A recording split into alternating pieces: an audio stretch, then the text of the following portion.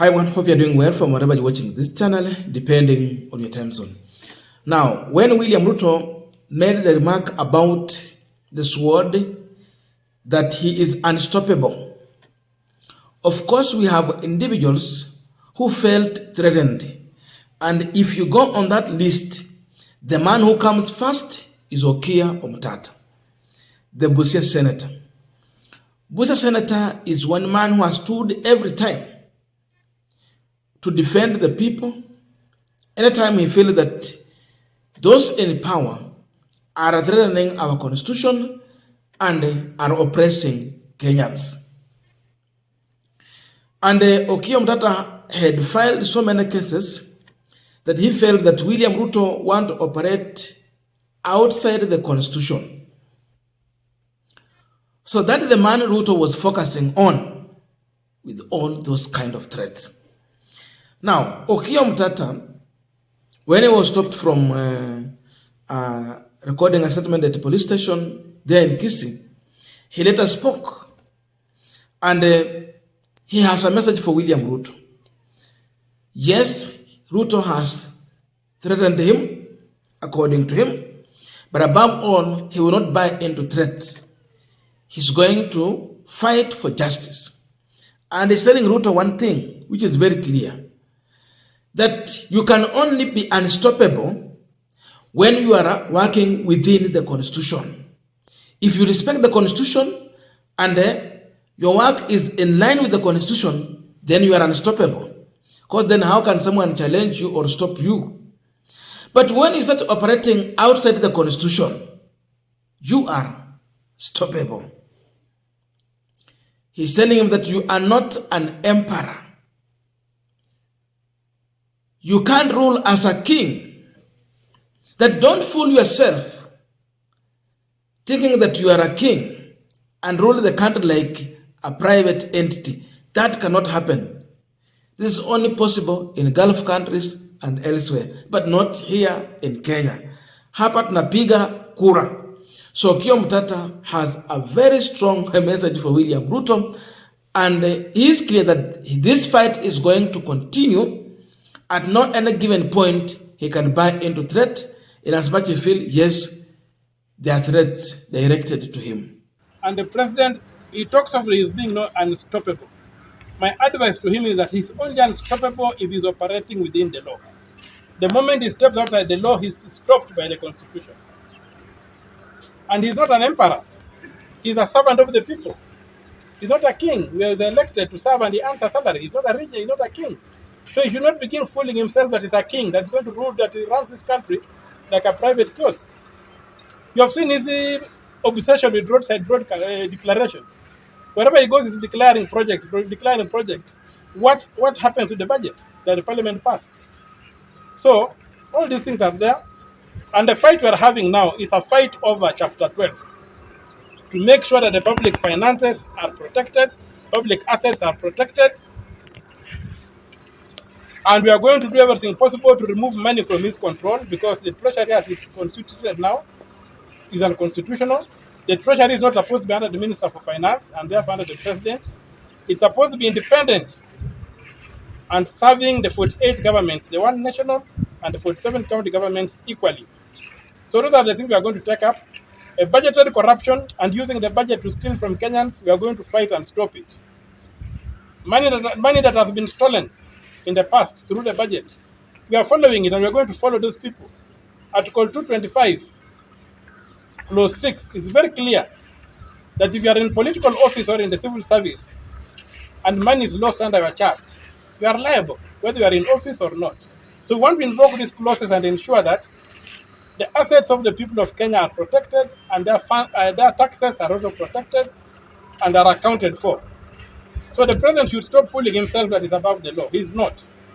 We are going to ensure that he rules this country, or he governs this country according to the law as a servant of the people and not a master of the people. So he should stop issuing threats. The sword was given at Kasarani was a ceremonial sword.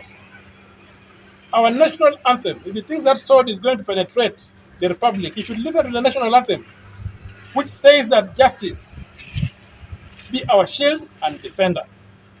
So that soul that he thinks he's going to be proud of cannot penetrate the demand for justice and the right to justice that Kenyans have. And the custodian of justice in this country is the judiciary. And we are going to make sure that what is rightfully ours remains rightfully ours. If he changes course and rules this country according to the law, we shall support him. But if you want to rule this country as a rogue individual, we are going to stop him. We're not going to spare him, we're going to stop him. Now we are continuing this panel discussion, but just a quick request.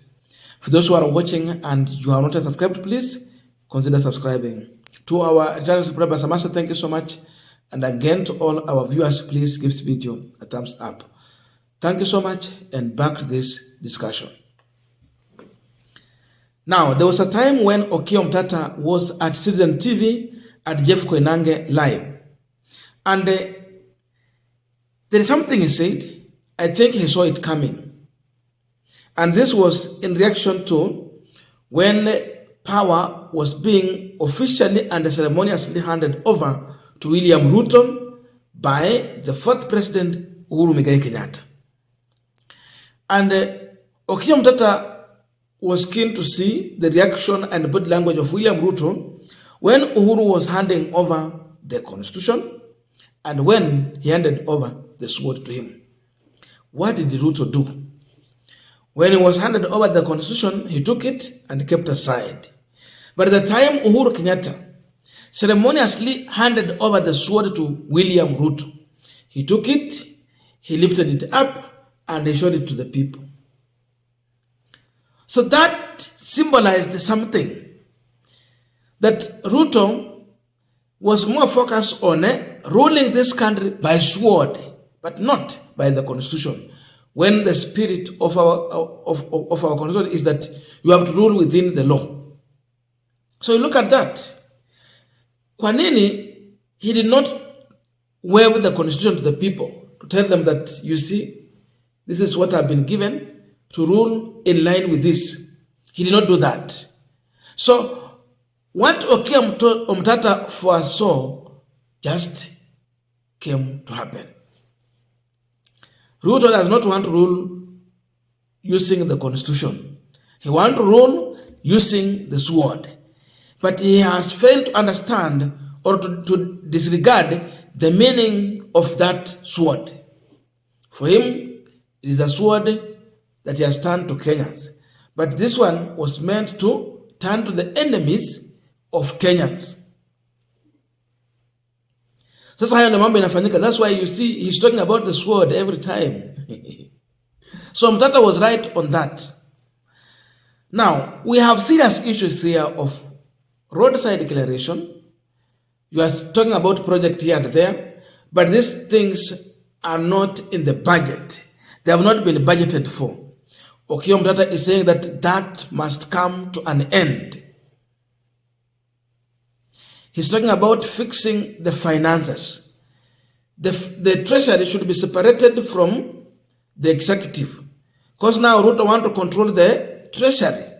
When the treasury need to serve the 48 governments, one national government and 47 county governments, freely and independently. That is not happening as of now. Something that OKIYA OMTATAH is fighting for. Ruto akiona hii is not comfortable with this.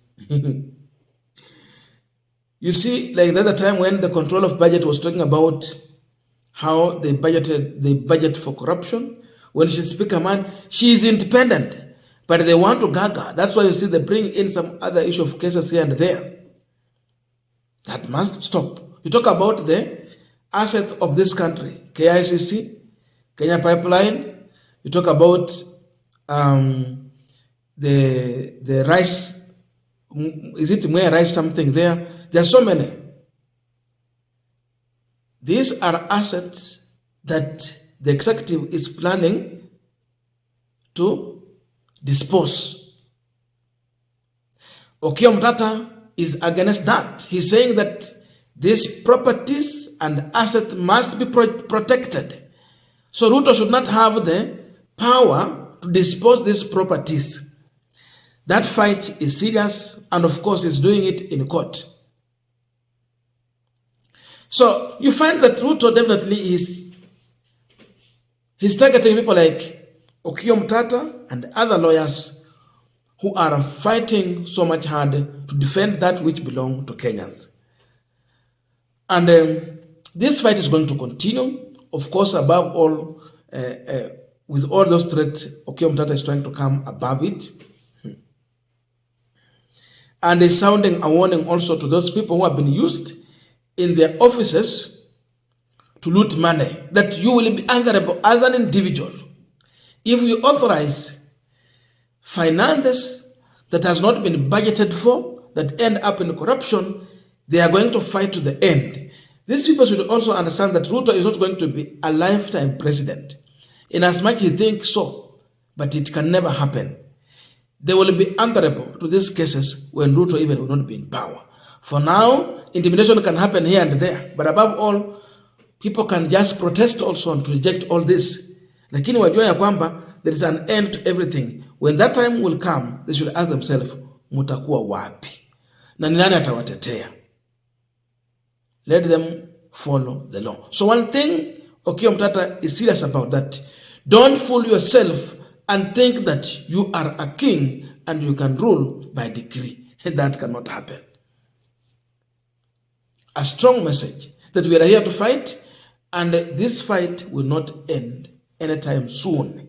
Not unless you are only operating within the Constitution. Anytime you go outside the Constitution, we are there to say no. And if we keep quiet, of course, we give Ruto a free hand to do whatever he think, and the country will be in a huge mess. Maybe we'll have nothing left for the future generations.